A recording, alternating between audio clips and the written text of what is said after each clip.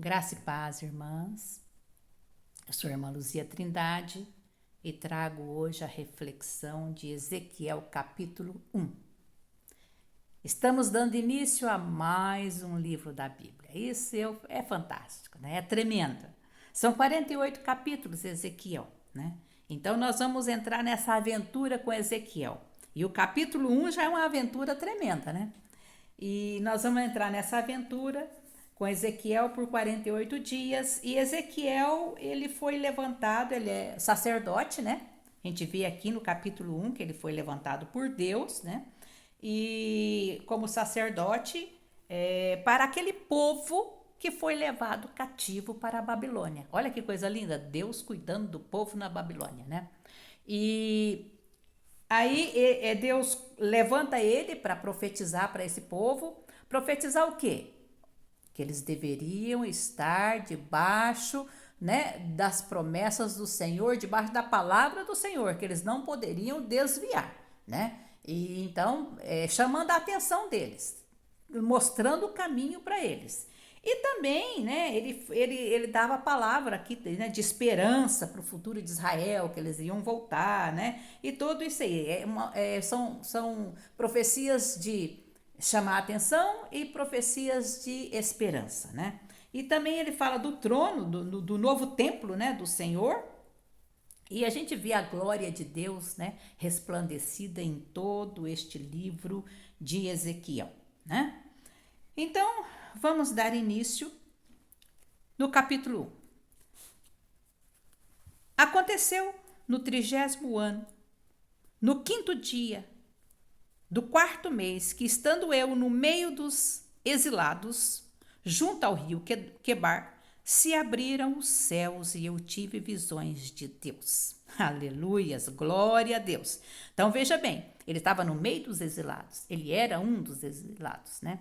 E ele fala, aconteceu no 30º ano, provavelmente quando ele completou 30 anos, porque o povo judeu, com 30 anos, eles adquiriam a maturidade. Então, com 30 anos é que eles começavam, os levitas, sacerdotes, começavam o seu ministério, né? Jesus começou com 30 anos o ministério dele, não é? Então, provavelmente seja, ele não fala aqui, mas provavelmente seja quando ele completou 30 anos, né? E ele estava no meio dos exilados e ele teve visões de Deus.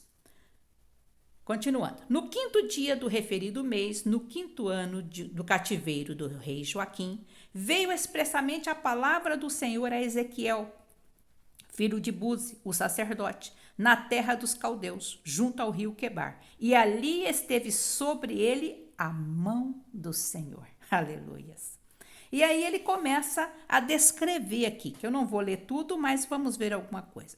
Olhei e eis que um vento tempestuoso vinha do norte e uma grande nuvem com fogo a revolver-se e resplendor ao redor dela. E no meio disto uma coisa como metal brilhante que saía do meio do fogo. Do meio dessa nuvem saía a semelhança de 4 seres viventes, cuja aparência era esta: tinha a semelhança de homem, cada um tinha 4 rostos, como também 4 asas, as suas pernas eram direitas, a planta de cujos pés era como a de um bezerro, e luzia como o brilho de bronze polido.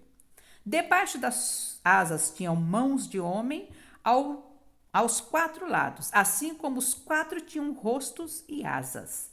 Essas se uniam uma à outra, não se viravam quando iam, cada qual andava para a sua frente. E aí ele continua aqui descrevendo, né? E depois ele descreve também as rodas, né? As rodas eram uma dentro da outra e se movia para os 4 lados também.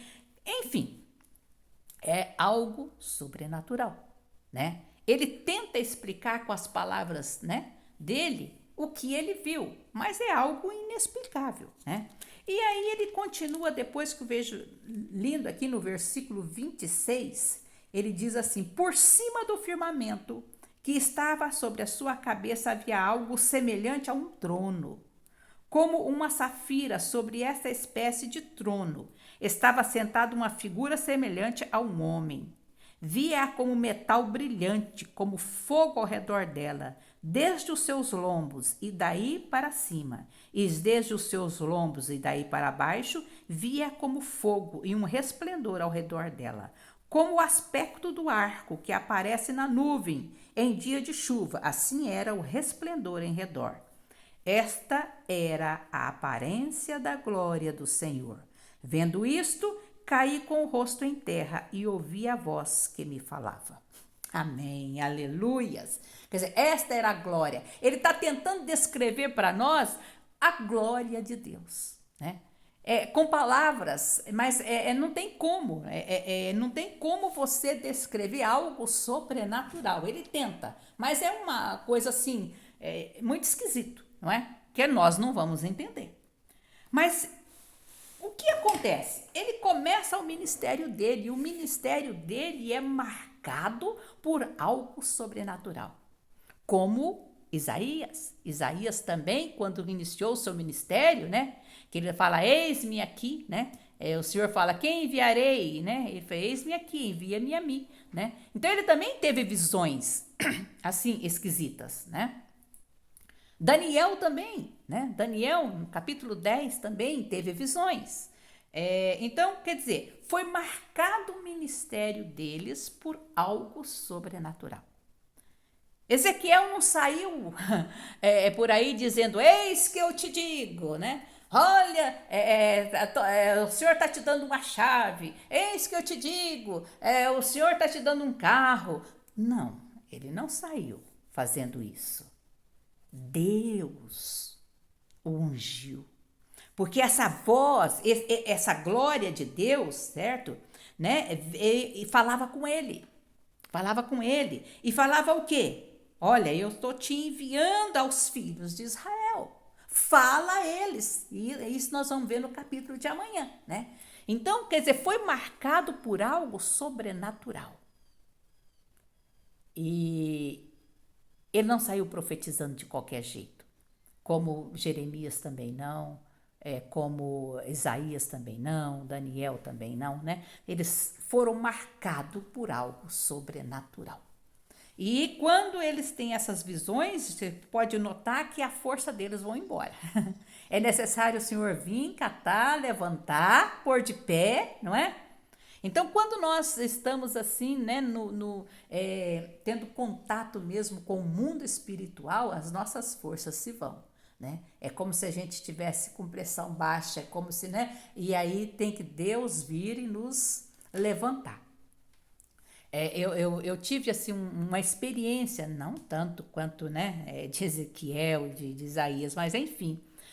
Eu me lembro que eu fiquei mais de 15 anos na igreja, nunca li um versículo, nunca abri a boca, né?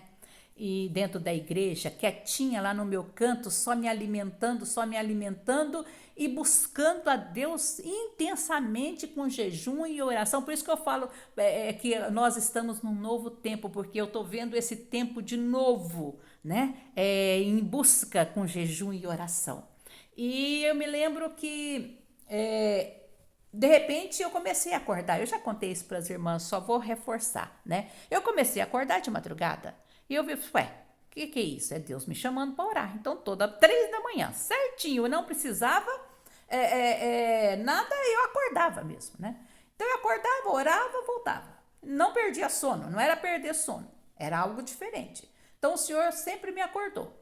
E foi muito tempo, eu não marquei quanto tempo foi, mas toda noite ele me acordava para orar. E eu sabia que algo sobrenatural iria acontecer. Aí, como eu disse, né, um dia eu fui já deitar muito tarde, né? E ainda pensei, meu Deus, será que eu ponho o relógio para despertar? Porque acho que eu não vou acordar. Aí eu falei assim, bom, é Deus que me acorda, então é Ele que vai me acordar. E realmente eu não acordei às 3, mas de repente eu acordei com algo sobrenatural, né? Na janela do meu quarto tinha um pássaro. Imagine, de madrugada, pássaro não, né? Ele queria entrar na janela, ele batia na janela, ele gritava. Eu não sei que, quer dizer, não era um pássaro, era né, o próprio anjo do Senhor, eu vejo assim, me acordando. E aí eu acordei e o Senhor dizia, né, já vai amanhecer. Lembra como Jacó lutou com o anjo? E o anjo disse para ele assim: já vai amanhecer e eu tenho que subir? E ele falou assim: eu não te largo enquanto tu não me abençoares. Então veio essa passagem na minha mente, né? Que já ia amanhecer e que o anjo ia subir e é que ele tinha trazido a minha bênção. E eu precisava receber essa bênção, né? E eu levantei e fui orar. E quando eu oro, né? Eu tiro a palavra ali e vou orar. E vou ler a palavra, Deus falava da grandeza do poder dele, que ele que criou o pássaro, ele que criou, né, os monstros marinhos, ele que criou tudo. E eu falei assim, Deus, olha o pássaro me acordando e o Senhor falando de pássaro, da sua grandeza e do seu poder, né? E eu me lembro que eu estava sempre, falando para o Senhor, Senhor, o nosso pastor tinha ido embora, né? E eu falei assim, Senhor, quem vai pregar? Ele pregava tremendamente, ele falava assim, sabe? Muito bem, e a gente alimentava a nossa alma com a pregação dele, com a palavra dele. E eu lembro que eu falei assim, Senhor, e agora quem vai pregar? Né? E o Senhor nessas madrugadas disse, você, né? Você vai pregar. Eu falei, Senhor, né? Eu não tenho capacidade para isso. Então eu sei que naquele dia o Senhor me capacitou. Eu não tinha e não tenho. É o Senhor que me capacita. Então, quando eu falo, eu sei que é o Senhor falando através da minha boca, porque aquele dia eu tive vamos dizer assim, um sobrenatural de Deus na minha vida. Aquele dia eu tive uma experiência com Deus, né? E uma semana depois, aquele que cuidava da igreja, que é o pastor José Roberto, chegou para mim e disse, irmã, eu vejo unção de Deus na tua vida, eu vou colocar você para pregar. Né? Mas eu nunca tinha abrido a boca na igreja há mais de 15 anos, muito mais de 15 anos, né? Então eu vejo assim, Deus, ele marca os nossos ministérios com algo sobrenatural, com algo, né, que ele vai fazer. E eu vejo assim que é tão da parte de Deus que às vezes eu ouço os meus áudios depois de algum tempo, Deus fala comigo. Ué, mas não é eu que estou pregando? Não. É o Espírito Santo de Deus usando a minha boca. Porque Deus fala comigo, Deus ministra o meu coração, né? Então eu sei que ele ministra o coração de pessoas, né? E eu não anoto nada, eu vou falando aquilo que Deus vai colocando no meu coração, tá? Então eu deixo Deus agir, o Espírito Santo de Deus agir. Porque nós, irmãos, sem o Espírito Santo de Deus nós não somos nada.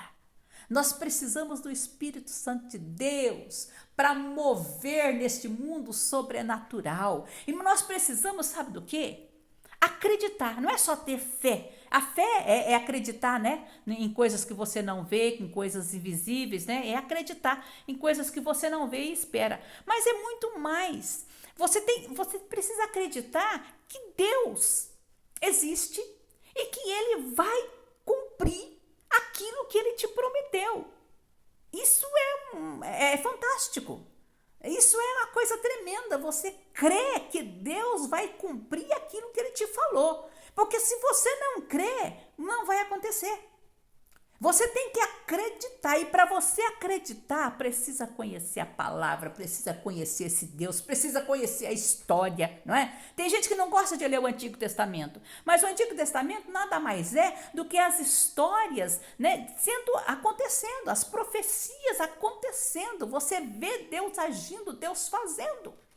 Então, renova a nossa fé, renova a nossa esperança, porque se Deus fez, Ele faz e Ele ainda vai fazer. Não é? Então é isso que nós precisamos, né? Ter essa certeza, essa convicção de que Deus é grande e que Deus age, que Deus faz. E Ele vai falar comigo e com você através do livro de Ezequiel. Amém?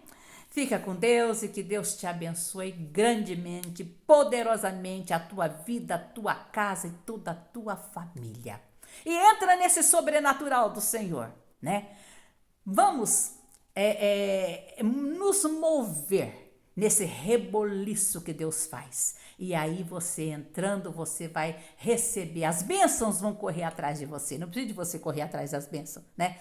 Deus vai te abençoar de uma maneira poderosa e diferente. Amém? Fica com Deus e que o Senhor te abençoe.